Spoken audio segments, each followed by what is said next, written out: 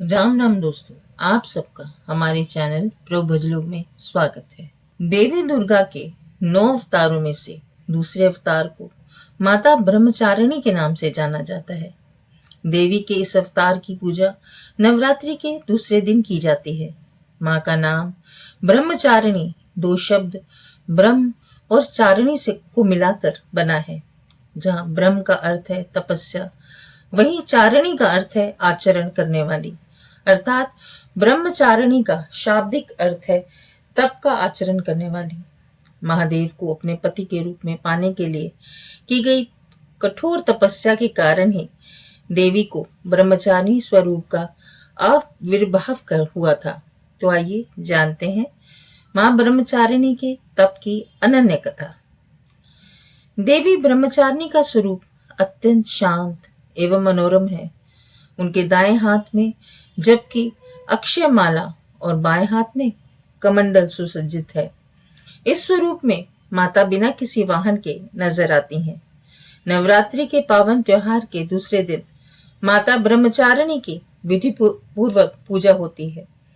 देवी ब्रह्मचारिणी की महात्म्य की कथा महादेव के प्रति उनके प्रेम और निष्ठा से जुड़ी है।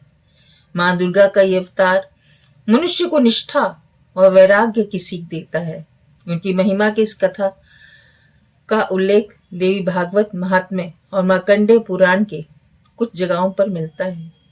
धार्मिक कथाओं के अनुसार प्रजापति दक्ष ने कनखल में एक विराट यज्ञ का आयोजन किया था। महादेव के प्रति मन में विरोध और ईर्ष्या का भाव होने के कारण उन्होंने महादेव और देवी सती के अलावा उस यज्ञ में सभी को आमंत्रित किया था। जब देवी सती को इस यज्ञ के बारे में पता चला तो उन्होंने यज्ञ में पहुंचकर अपने पिता से ऐसे करने का कारण पूछा। इस पर प्रजापति दक्ष ने अपनी पुत्री और महादेव को अपशब्द कहे और इस अपमान से व्यथित होकर देवी सती ने भगवान शिव का ध्यान करते हुए योगाग्नि द्वारा अपना देह त्याग दिया। माता सती के आत्मदाह के बाद समस्त सृष्टि जैसे श्रीहीन हो गई और महादेव भी उदासीन हो गए थे। देवताओं ने महादेव की ऐसी हालत और दानवों के उपद्रव से त्रस्त होकर आदिशक्ति का ध्यान किया। जब देवी आदिशक्ति ने सभी देवगणों का आश्वासन दिया कि वे बहुत जल्द ही पर्वतराज हिमालय के घर कन्या रूप में अवतरित होंगी, यही कारण है कि कालांतर में देवी ने हिमालय और मैना के घर जन्म लिया। पर्वतराज की पुत्री होने के कारण देवी पार्वती शैलपुत्री कहलाई। ऐसी मान्यता है, एक बार हिमालय ने देवश्री नारद से देवी पार्वती की जन्म पत्रिका को ठीक से जांच करने का आग्रह किया। देवश्री ने देवी पार्वती की जन्म पत्रिका देखकर ये बताया कि आगे जाकर ये त्रिलोक के स्वामी महादेव की संगनी बनेंगी। जब इस बात का पता देवी पार्वती को चला तो उन्होंने वन में जाकर महादेव की कठोर तपस्या करना शुरू कर दिया। इस कठोर तपस्या के दौरान देवी ने भोजन स्वरूप सिर्फ फल और फूलों का निर्वाह किया। तत्पश्चात उन्होंने सूखे बिल्व पत्रों का ग्रहण करते हुए अपनी तपस्या को जारी रखा। एक समय ऐसा भी आया जब देवी निर्जला और निराहार महादेव की तपस्या में लीन हो गई।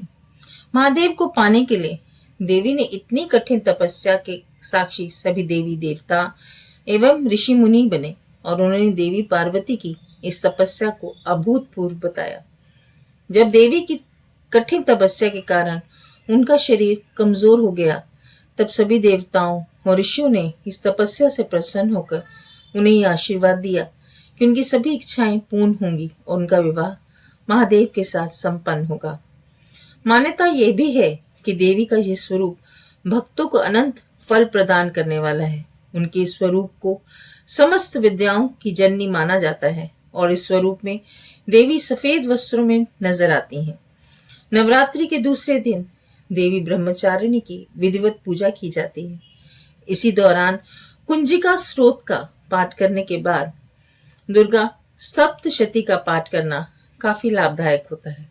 इसके साथ ही भक्त माता के विशेष मंत्र के द्वारा भी देवी ब्रह्मचारिणी की आराधना करते हैं।